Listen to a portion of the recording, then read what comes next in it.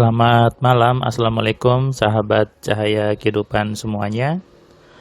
Kembali di malam ini Anda mendengarkan suara saya, mendengarkan catatan harian yang berisi pengalaman, berisi inspirasi dari aktivitas yang saya kerjakan di seharian ini.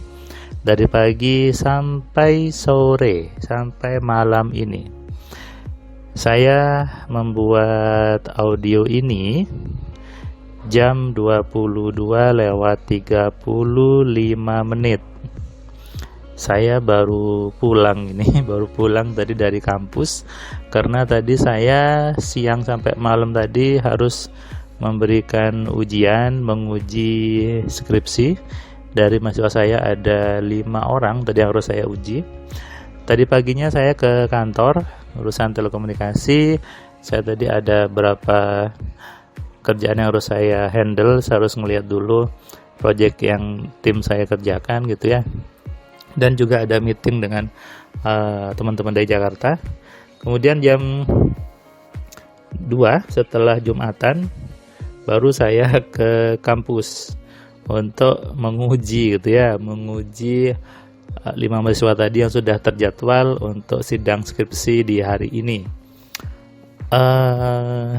Saya kalau ujian skripsi itu biasanya saya sambil guyon, sambil minum kopi gitu ya. Karena buat saya ya menguji skripsi itu bukan bukan sesuatu yang menegangkan, tapi menguji keorisinalitas, menguji kemampuan aja sebetulnya. Kalau seseorang itu dia tahu, dia mengerjakan sendiri, maka pasti dia bisa dengan mudah gitu menjawab yang saya tanyakan. Tapi kalau ujiannya dibuatkan orang, kemudian dia nggak ngerjakan sendiri, biasanya jadi susah gitu.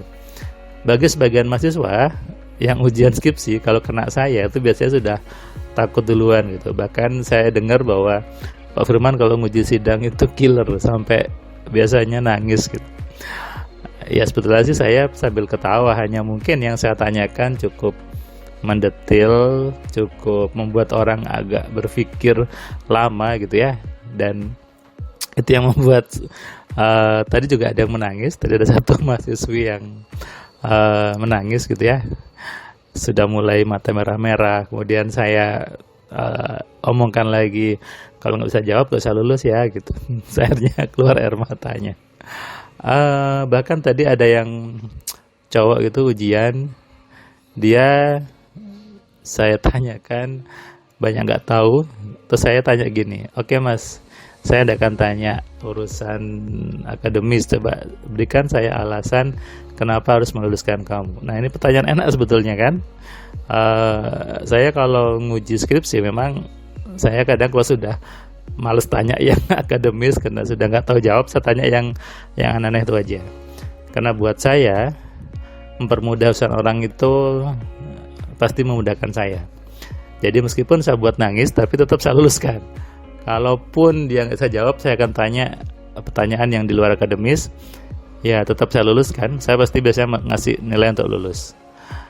Karena saya punya prinsip, kalau bisa mudah ya mudahkan saja. Kalau kita mempermudah urusan orang, maka pasti Tuhan dan semesta memberikan kemudahan juga untuk kita. Saya sangat percaya itu. Makanya saya kalau di kampus gitu ya, dosen nilai mahasiswa saya kasih yang bebek saja. Kalau emang dia sudah masuk ngerjakan ya saya kasih nilainya B, atau yang dia pintar ya B gitu. Dari dulu saya ingat juga pesan salah satu dosen saya waktu saya dulu di Telkom gitu ya. Beliau bilang ke saya tidak akan mempersulit kamu, karena hidupmu ke depan bukan tergantung saya, tapi tergantung dirimu.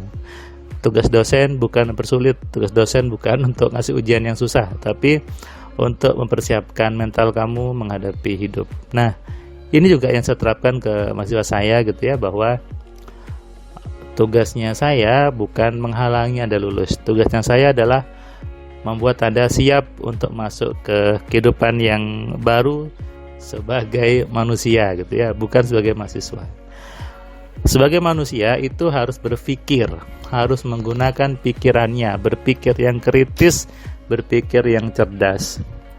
Faktanya banyak orang tidak berpikir. Banyak orang tidak berpikir yang benar. Bahkan banyak orang yang lucunya dia mengatakan dia metodenya ilmiah, menggunakan embel-embel ilmiah, tapi tidak pernah kuliah, tidak pernah ngurusin akademik. Ini lucu gitu. Saya pernah baca sebuah tulisan dari orang ngirim ke saya, Mas Herman, ini ada orang buat metode pakai gendam ilmiah gitu ya. Saya ya bukannya miris gitu melihat fenomena seperti ini. Oke, gendamnya emang bukan sesuatu yang aneh, tapi ketika ada nyebut kata ilmiah, saya tanya, yang ngajar nih pernah kuliah kah? Yang ngajar nih orang akademis kah? Ternyata backgroundnya bukan. Dan ini yang saya ajak Anda untuk lebih cerdas ketika lihat sesuatu. Ketika seseorang itu mengatakan ini ilmiah, ini apalagi ya, sesuai dengan kaidah ilmiah gitu. Yang ngomong itu Anda harus cek dia kuliah atau tidak, dia pernah menjalankan proses akademik atau tidak. Baru kalau dia sudah pernah, maka bolehlah menyebut dia ilmiah dan sebagainya.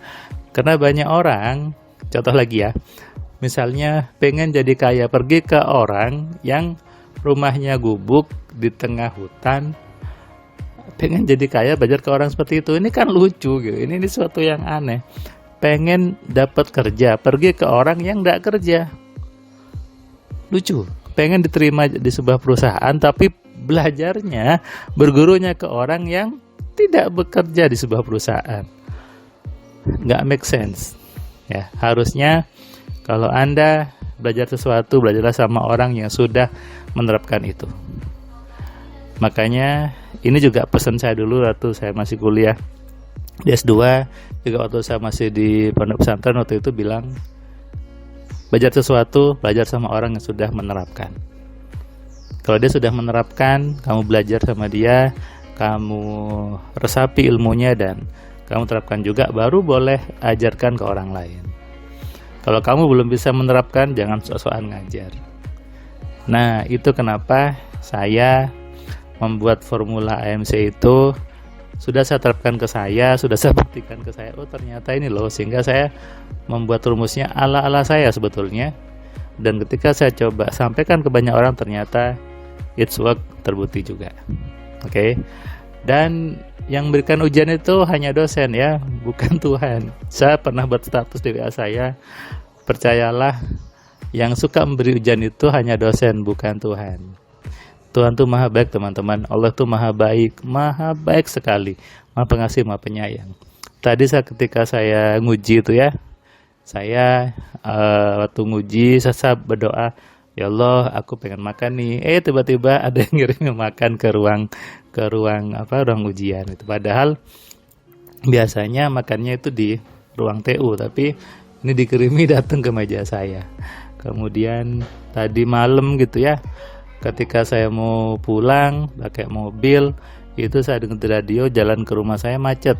Tapi saya nyuruh ke virtual saya berdoa sama Allahnya. Pas saya lewat sudah clear, nggak macet lagi. Kebetulan bukan. Inilah hebatnya kekuatan yang sudah Tuhan berikan kepada kita, yaitu bagaimana menggunakan pikiran dengan benar. Allah ngasih itu kepada kita, sehingga harus kita gunakan, harus kita terapkan. Sadari ini ya, dan renungkan. Selamat malam, selamat istirahat, salam sehat, salam kaya, salam cerdas. Dari saya Firman Pratama. Assalamualaikum.